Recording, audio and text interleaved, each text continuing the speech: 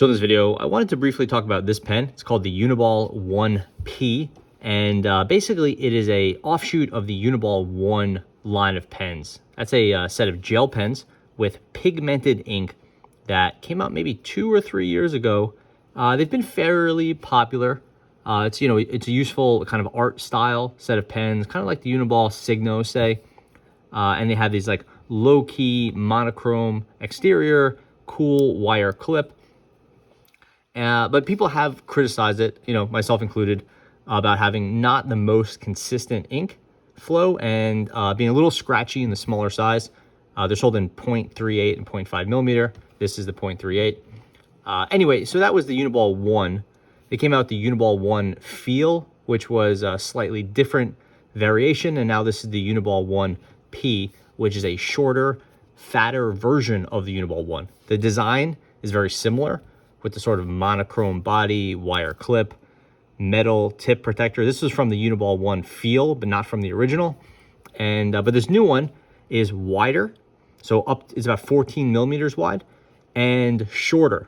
So if we look at it here on this measurement, this is a 1/2 inch hashes. So basically with the button, it's 1, 2, 3, 4, 5, 6, 7, 8. So maybe 4.5 inches. And again, that 14 millimeter is right around 1/2 inch wide, right in there, maybe a little bit more.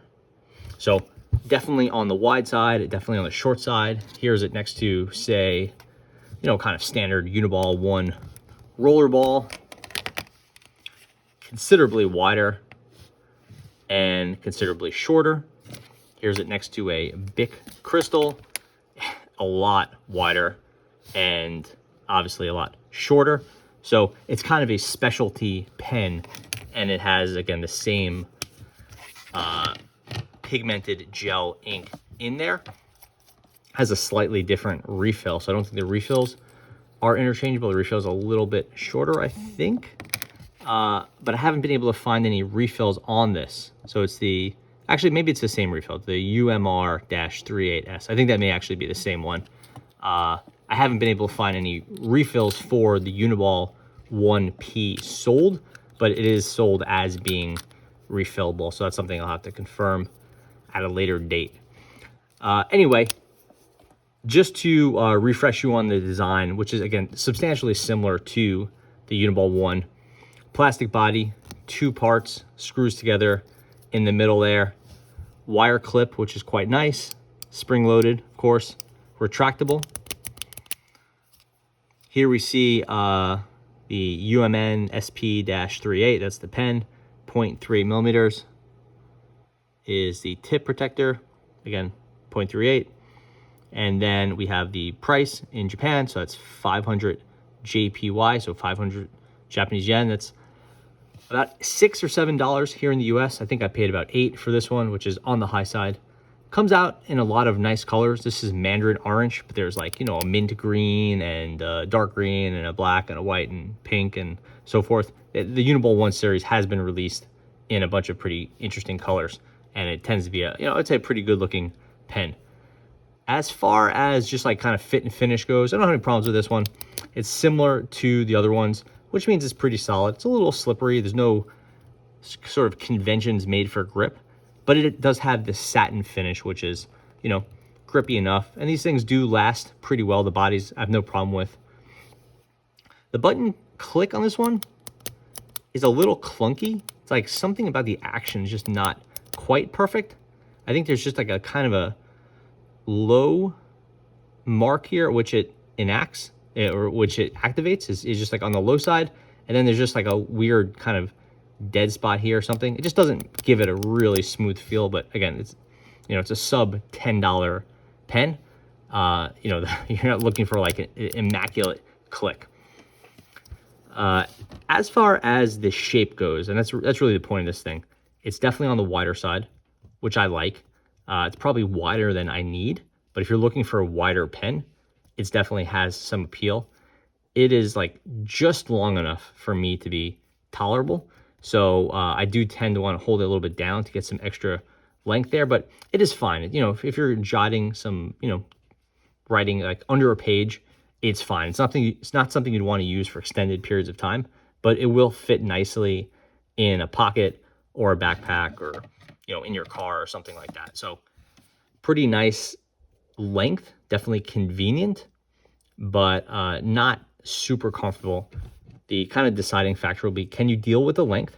Most people will be fine. If you have very large hands, it's going to be a problem. And then, do you appreciate the larger width, or is it too much for you? I find if the pens are too wide, my hands just get a little like kind of a cramped feeling. Similarly, if they're not wide enough. So if this is outside of the sweet spot for you, you want to take that into consideration. But on the whole, I think it is like an interesting shape, and it's a fun variation on kind of a normal pen. Like, not too many companies have gone ahead and released a shorter, fatter, or squatter is what they call it in the materials, version of the pens they make. So just like interesting move from Uniball. Okay, so the refill, again, people have been pretty divided about these, but on the whole, people have been unhappy with the Uniball 1 refill. It's nice and dark because it is pigmented.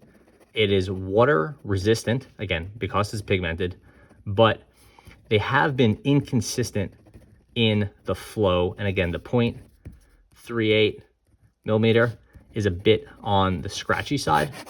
With the release of the one feel, and that's the 1F, or the naming of these has been incredibly confusing, but the ones with the tip protector, the metal tip protector, I believe they changed the ink formula a bit and it has been improved since then, but these have not been the most reliable refills. And a lot of people have said, just avoid the Uniball 1. Even though it's a good looking pen, just go ahead and get the Zebra Sarasa R or the Zebra Sarasa line, where you get a much better refill and similar nice dark ink. They're not pigmented, the Sarasa R, but it's totally a solid refill. Same with a Pentel, the Energel line. You're getting a higher quality refill and more comfortable to use. The 1P seems fine so far. I haven't had any problems with this refill, and it is fairly consistent, but based on the couple, I've had maybe 2 or 3 packs of the 1 pens, so maybe like 6, 7 pens, and about half of them, I would say, have had some sort of issue. And I know, again, through the comments on these videos and through online reviews and stuff, people typically haven't been thrilled with the Uniball 1. So I'm hesitant to recommend this one, but I do like the shape and size. I think it's pretty cool that they went ahead and released this variant. So I'm kind of hit and miss on this. I have enjoyed playing with it, and I like the shape. Like I said, it's just a fun change of pace, but I feel like everyone got a little bit burned with the Uniball 1, and maybe this is something you buy, swap out the refill for something else, and you could appreciate the shape. But hard to say whether it's worth the $8 or not based on the track record of this pen. Anyway, yeah, so that's the Uniball 1P. Thanks for watching.